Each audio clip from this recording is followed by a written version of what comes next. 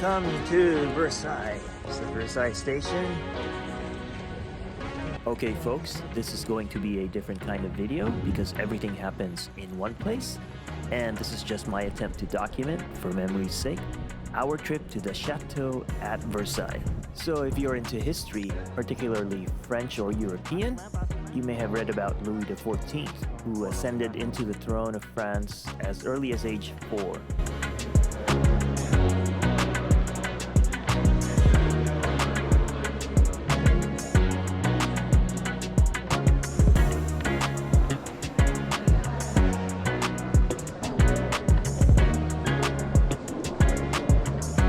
Versailles started out small, but this guy eventually expanded it, and it became the place where he basically housed all his extramarital family later on in his young adult life. Soon enough, it became the official residence of the royals. His immediate descendants, Louis XV and the XVI, also made their residence there until the French Revolution of the 18th century, when Louis XVI, together with his wife Marie Antoinette, were dragged to Paris and beheaded.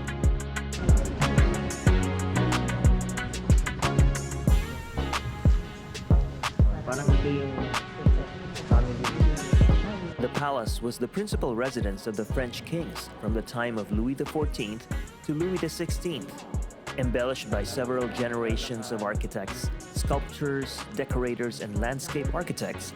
It provided Europe with a model of the ideal royal residence for over a century. This is the Hall of Mirrors, okay? Overlooking the garden. This is what we call the state apartments, the parade apartments, okay?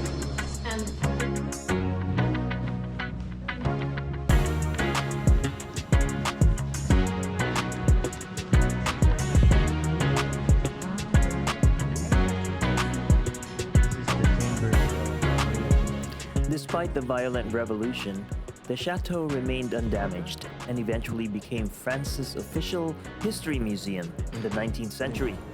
Today, it continues to hold some of France's most cherished relics and artworks, and next to the Louvre in Paris, it is the most visited museum in all of France. It has been declared a UNESCO World Heritage Site, not just because of its unique architecture and artistic realization, but also because of its quality and originality.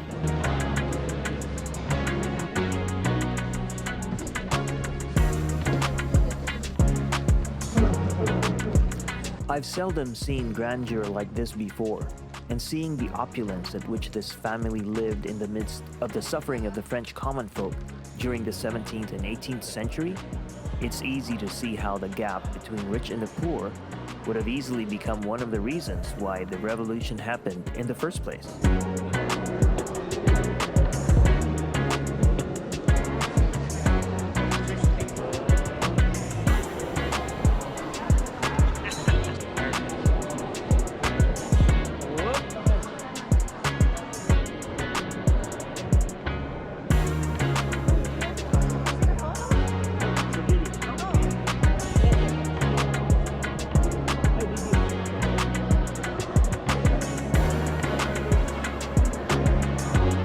What you are seeing here are a few of the 7 rooms called the King's Apartments, where he received dignitaries or performed official acts.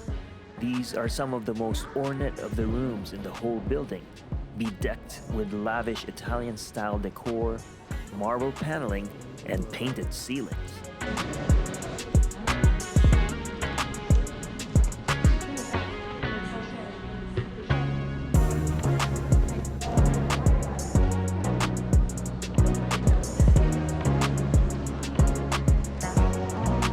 The Hall of Mirrors was the pinnacle of the display of the king's absolute power.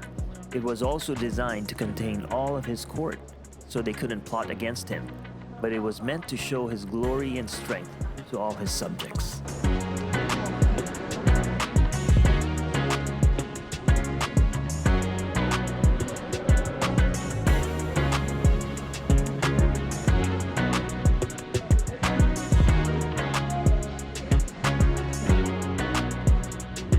This room was meant to highlight Napoleon Bonaparte's achievements, himself a French emperor.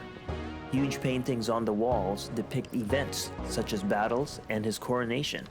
The tower in the middle is ceramic and bronze, meant to commemorate his first imperial victories in Germany.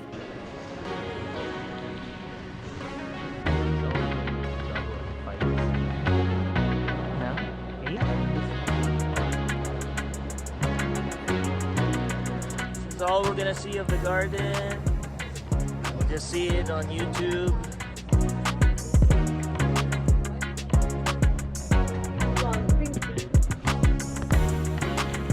Okay, that was it. Versailles Chateau, Versailles Palace. Lots of history. Once again, lots of art. It's kind of hard to appreciate it if you don't know the history. We just took pictures. We weren't able to go into the gardens because that's an extra charge.